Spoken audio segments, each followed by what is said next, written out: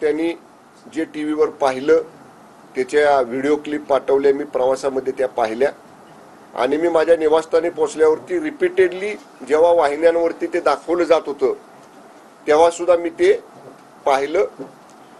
श्री धनगेकर आणि श्रीमती अंधारे यांनी त्यावेळी जेव्हा आमच्या अधीक्षकांच्याकडे अशा पद्धतीचं वक्तव्य केलं तेव्हा श्रीमती अंधारेंनी सांगितले की याच्या अगोदर सुद्धा ललित पाटील ड्रग केस जी पुण्यामध्ये झाली होती त्याच्या बाबतीत त्यांनी माझं नाव घेतलं होतं आणि माझं नाव घेतल्यानंतर मी त्याच वेळी श्रीमती अंधारे यांना जाहीर माध्यमांच्या समोर येऊन सांगितलं होतं की या ललित पाटील केसचा माझा अर्थार्थी प्रत्यक्ष अप्रत्यक्ष थेट कसाही संबंध नाही, दुरान्वयानेही संबंध नाही।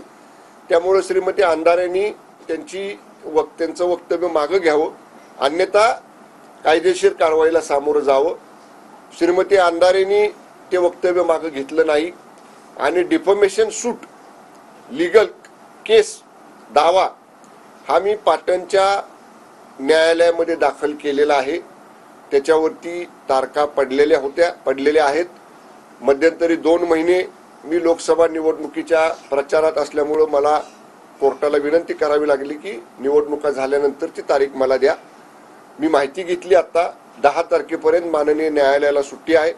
न्यायालयाची सुट्टी संपल्या मी स्वतः न्यायालयामध्ये हजर होऊन जी पाठीमागची केस आहे ललित पाटील केस मधली जी मी दावा केलेला आहे श्रीमती अंधारेंवर, त्याच्या बाबतीत तारीख लवकर लावायची विनंती माननीय न्यायालयाला करणार आहे। आणि त्याच विनंती बरोबर ही केस पाटण न्यायालयामध्ये असताना परत श्रीमती अंधारेंनी काल पुण्यामध्ये माझ्या नावाचा उल्लेख केला।